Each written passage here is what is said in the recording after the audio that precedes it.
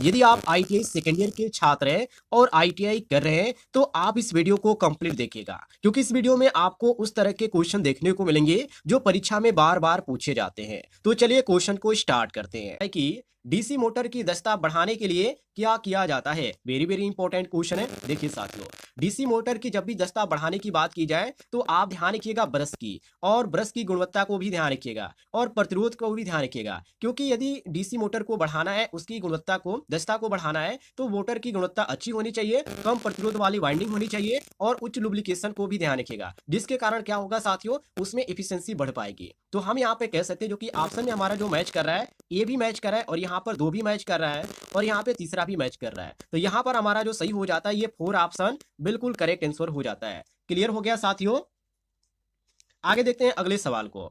अगले सवाल में साथियों पूछा जा रहा है कि शंट मोटर में फील्ड वाइंडिंग कैसे जुड़ी होती है, मतलब कि सीरीज में जुड़ी होती है, यह समानांतर में जुड़ी होती है, या मिश्रित रूप में जुड़ी होती है, या स्वतंत्र रूप में जुड़ी होती है। तो डीसी शंट मोटर में जो फील्ड वाइंडिंग होती है वो आर्मेचर वाइंडिंग के साथ समानांतर में जुड़ी होती है। ये क्लियर कर लीजिएगा। यहाँ पर आपका जो सही हो जाता है वो यहाँ पर 2 ऑप्शन बिल्कुल सही हो जाता है। यदि आपको जानकारी पसंद आ रही होगी तो इस वीडियो पर एक लाइक जरूर कीजिएगा। आगे बढ़ते हैं अगले सवाल की ओर। अगले सवाल में साथियों पूछा जा रहा है कि डीसी मोटर का कौन सा भाग यांत्रिक ऊर्जा उत्पन्न करता है। वेरी वेरी इंपॉर्टेंट क्वेश्चन है साथियों। देखिए, आपने आर्मेचर वाइंडिंग का नाम सुना होगा। जो आर्मेचर वाइंडिंग होता है ये डीसी मोटर का वो भाग होता है जो विद्युत ऊर्जा को यांत्रिक ऊर्जा में बदलता है। और यहाँ पर आर्मेचर वाइंडिंग ऑप्शन में कौन सा दिया गया है, तो ऑप्शन में यहाँ पर देख सकते हैं 2 दिया गया है। तो 2 ऑप्शन आपका बिल्कुल सही हो जाएगा।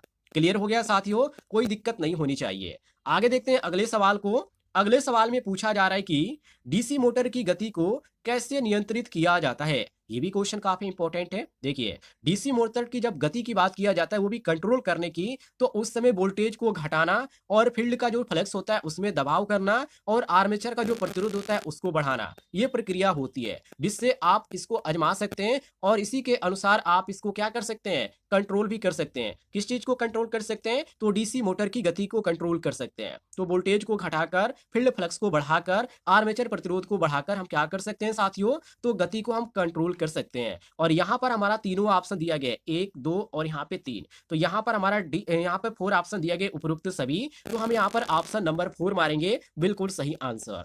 आगे बढ़ते हैं अगले सवाल की ओर। अगले सवाल में पूछा जा रहा है डीसी मोटर का कौन सा प्रकार उच्च स्टार्टिंग टॉर्क प्रदान करता है। मैंने आपको शायद पिछले ही क्वेश्चन में बताया था कि जो डीसी सीरीज मोटर होता है उसकी जो स्टार्टिंग होती है वो बहुत ही ज्यादा उच्च होती है, मतलब कि उच्च स्टार्टिंग टार्क ये उत्पन्न करती है। कौन, डीसी सीरीज मोटर। और इसलिए जब भी भारी लोड का यहाँ पे उठाना होता है तो उस समय इसका ही हम उपयोग करते हैं। और क्वेश्चन में हमसे यही पूछा जा रहा है कि डीसी मोटर का कौन सा प्रकार उच्च स्टार्टिंग टार्क प्रदान करता है, तो ये होता है डीसी मोटर, तो sorry series motor, DC series motor. और यहाँ पर आपका जो सही हो जाता है ऑप्शन में, यहाँ पर 2 ऑप्शन बिल्कुल करेक्ट आंसर। क्लियर हो गया साथियों। आगे बढ़ते हैं अगले। जानकारी पसंद आई होगी आपको तो इस वीडियो पर एक लाइक जरूर कीजिएगा।